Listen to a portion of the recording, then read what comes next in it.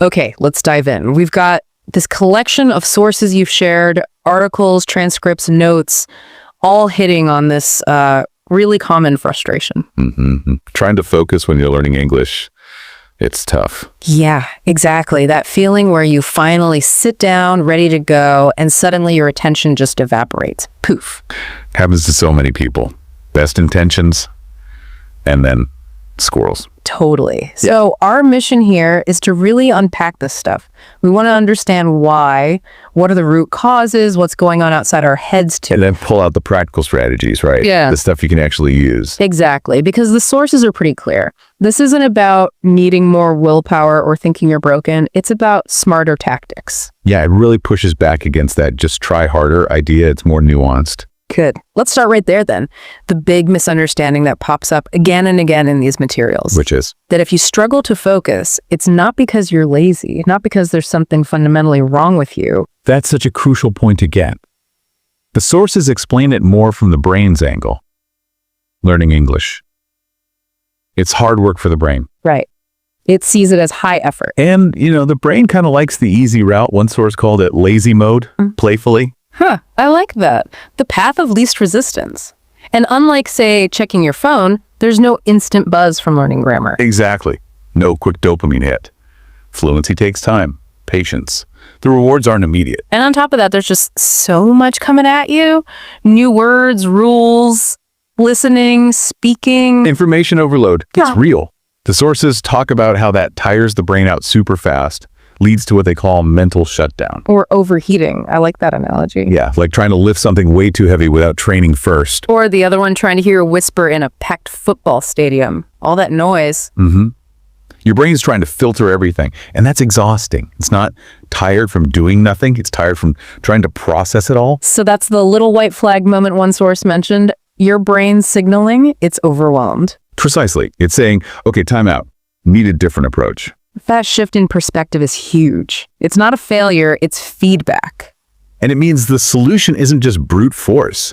It's about setting things up better for your brain. Which brings us nicely to the external stuff. It's not all in your head, is it? Not at all. The environment you're in. Massive role. Often underestimated. And the modern world, especially online, is kind of built to grab our attention. Yeah. Absolutely engineered for it. Notifications, endless scrolling, clutter. Trying to focus on verb conjugations with your phone buzzing and 10 tabs open, forget it. It's like that book on a busy street analogy again. The problem isn't just your reading skill, it's the chaos around you. So your environment can pull you off track before you even start. Which is why the sources frame it not just as a you problem, but often a space problem. Okay, so what's the practical takeaway there? The simple fix. Create a focus zone. Doesn't have to be fancy. Like a whole dedicated room. Not necessarily. It could just be one clean corner of a table, a specific chair, or even just putting on noise-canceling headphones. Ah, okay. Just signaling to your brain somehow. Exactly, a little ritual space. Yeah. This is where English happens. It clears away those immediate distractions. Clears the space, clears the mind. Got it. Okay. Moving beyond the physical space, the sources also challenge this idea of just being busy. Oh yeah, the busy trap. Big difference between being busy and actually being productive. Like, you can fill your day, check off tasks, feel exhausted. But have you actually moved forward? One source compared it to running flat out on a treadmill. Lots of effort, no distance covered. And that applies directly to language learning, right? Definitely. You can watch hours of videos, fill notebooks with words, but if it's not sinking in, it's just surface level activity. Busyness, not deep learning. So how do we shift that? The sources say, less noise, more depth. Learning takes layers. Slow down the input. So quality over quantity. Instead of 10 videos, maybe really understand one. Pretty much. Measure progress by how deeply you get it, not just how much you did. And that depth connects to purpose, the why. Yes. Your brain craves meaning. If it doesn't see the point, why bother? Why am I even doing this feeling kicks in? Makes sense. If it's just a chore, focus drifts. But if you link English to something real for you, that trip, that job, talking to friends, watching that show without subtitles. Then your brain gets on board. Ah, okay. This matters. Exactly. Purpose fuels focus naturally. It stops being just another task. Okay, let's bust another myth sources hit hard. Focus isn't magic, right? It doesn't just show up randomly. Not at all. It's consistently described as a muscle. something you train intentionally. Like working out. You wouldn't expect to lift heavy on day one. Right, but we expect perfect focus without any prep, without training our mind or setting up our space. And just relying on pure willpower. The sources say that's a trap. Totally. Willpower's like a phone battery. Starts full, drains through the day. Relying only on it leads to burnout. You can't force it constantly. So what's the alternative? Systems, habits, gentle, repeatable actions that make focus easier, more automatic. Like brushing your teeth. You just do it. Building a conveyor belt for your learning instead of lifting that heavy motivation box every single morning. Okay, this reframing is really helpful. It's about brain mechanics, environment, purpose, training.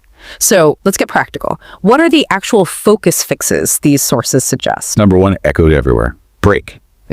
Down. Short bursts. How short are we talking? Sources vary. Some say 10, 15 minutes, some 20. The Pomodoro technique is popular. 25 minutes on, 5 minutes off. That 5-minute break, one source mentioned making it active, like a quick dance. Yeah, anything to refresh the brain, prevent that overheating. Short sessions keep it manageable. And tied to that, kill the distractions, build that focus zone. Phone silenced. Extra tabs closed. Quiet spot if you can find one. Some sources mention apps too, like Focus at Will or Forest. Tools that can block websites or lock your phone. Or just, put your phone in another room. Phone jail. I like it. Okay, what else? Making it fun. Huge. Avoid the dry stuff if it kills your motivation. Find methods your brain actually enjoys. Like what? Audio podcasts, audiobooks, visual shows, vlogs with subtitles. Learn slang from TikTok. Connected to hobbies you already love. Fun keeps the brain hooked, basically. Absolutely. It taps into that need for positive reinforcement. Another strategy, simplify your goals. Radically. Yes. Don't try to boil the ocean.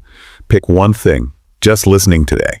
Or just practicing pronunciation. Set tiny, clear targets, like listen to this 3-minute clip and repeat one sentence. Exactly. Small wins. Reduces overwhelm. It's single tasking for language learning. And listening to your body, matching study time to your energy. Crucial. Are you sharpest in the morning, after lunch, late at night? Work with your rhythm, not against it. And take breaks when you feel focus dip. A rested brain is a focused brain. And don't forget movement. Getting the body involved helps. How so? That's blood flowing, clears the head, like shaking a snow globe, one source said. If you feel stuck, go for a quick walk while listening. Stretch. Stand up and speak out loud. Movement helps memory and focus. Seems so. Oh, and that quirky tip. Yeah. Chewing gum. Oh, yeah.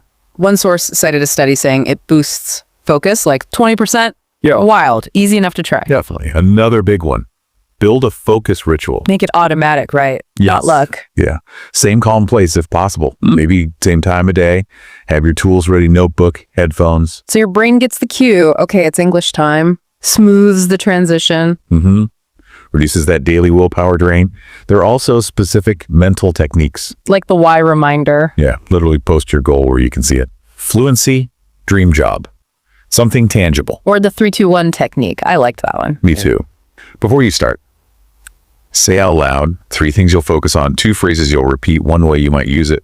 Gives your brain clear targets. Makes you feel purposeful. And just setting a timer, even for 10 minutes, a mini mental workout, no distractions. Just focus on that one clip. Builds the muscle. And it all comes back to systems over willpower. Right. Yeah. Building habits. Yes.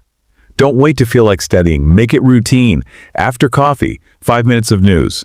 Before closing my laptop, 1 short article. Small things done consistently, they add up.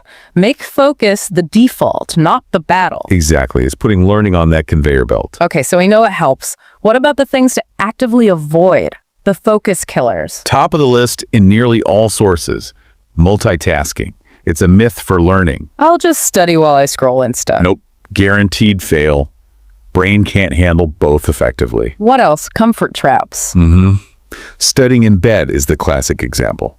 Brain thinks sleep, not grammar. Makes sense. And vague goals. Killer. Learn English today. Too big, too fuzzy. Focus needs a clear target. That's why those tiny specific goals work. So be specific, avoid multitasking, maybe get out of bed. Got it. One source even suggests like a 7-day focus challenge. Yeah, as a way to kickstart these habits. Trying the 255 sessions, phone-free time, active listening with summaries. Yeah. Just putting it into practice for a week. Could be a good way to make it stick. An interesting point too, the sources themselves introduce useful vocabulary for talking about this. Oh yeah, like what? Words like overstimulate, misunderstanding, exhausted, wave the white flag, distracted, cluttered, interruption, myth, intention, willpower. So having the language to describe the problem actually helps you tackle it. Exactly. It gives you the tools to understand what's happening and what needs to change. Diagnose before you fix. Okay, so wrapping this deep dive up, the big message seems to be focus isn't magic. It's not a superpower. It's a skill. You build it, like anything else. And it's about making learning interesting, doing it intentionally, and building it into your life with systems, not just force. The key takeaways really boil down to make it fun, keep it short, repeat it daily. Those habits are what build fluency through focus. Right. Systems over willpower every time. Making focus your default, not your daily struggle. So, the thought to leave you with, pulled from all this material, maybe it's this. Focus isn't about being perfect. It's about being kind to your mind, creating better systems, and learning how to slow down when everything feels too fast.